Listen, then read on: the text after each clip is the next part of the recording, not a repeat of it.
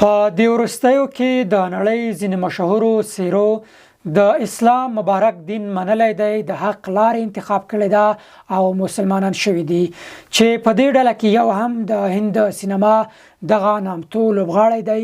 ویل کېږي چې د غزوان د هند په سینما کې په بیلابیلو سریالونو او فلمونو کې کار کړی دی، او همدارنګه ویل کېږي چې سریالونه په افغاني چینلونو کې هم خپاره شوي دي. ښایي تاسې هم له څهرې سره څه ناڅه اشنا اوسئ. دا چې دی څنګه د اسلام په مبارک دین باندې مشرف شو، څنګه الله رب العزت ورته هدایت وکړ، د حق لارې انتخاب کړله، راغی مسلمان شو. زه یې درته ټوله کیسه کوم، خو تر هغې وړاندې زما یوټیوب چینل در سره سبسکرایب کړئ، تر څو زما نورې ویډیوګانې هم تر تاسې در ورسیږي.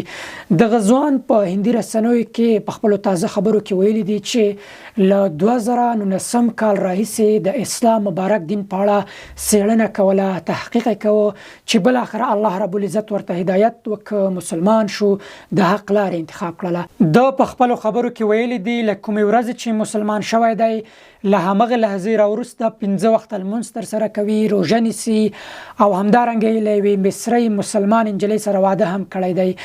دی وایي چې سکون، راحتي، خوشحالي هر څه د اسلام په دین کې دي، د الله رب العزت په منلو کې دي او د حق په لاره کې دي. او همدارنګه زیاتوي چې په تیرو وختونو کې د پیسو، مقام، جایداد، شهرت د هر څه په درلودلو سره خو د زړه سکون مې نه درلوده. یعنی هغه هر څه یې درلودل خو د زړه سکون نه درلوده، راحتي نه درلودله.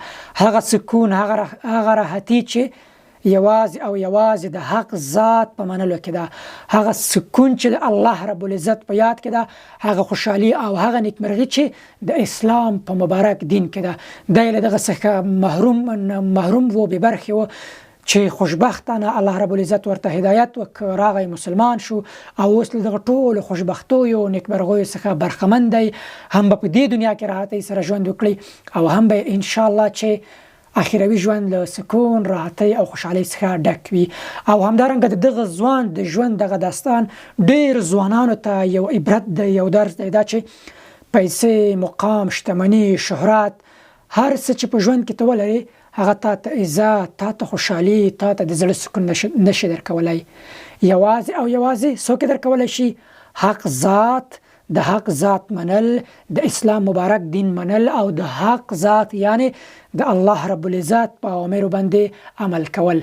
کله د الله تعالی لاره انتخاب کړه، کله د اسلام مبارک لاره انتخاب کړه، د اسلام مبارک دین دی ومنه، راغله د حق په لارې باندې روان شوې، ځان دې تسلیم که، نو ګټونکی هم په دې دنیا کې د نیکمرغي ده، هم د په آخرت کې نیکمرغي ده، او آخروي ژوند به دې له سکون، راحتۍ او خوشحالیو څخه ډک وي، او الله رب العزت به در څخه راضي وي.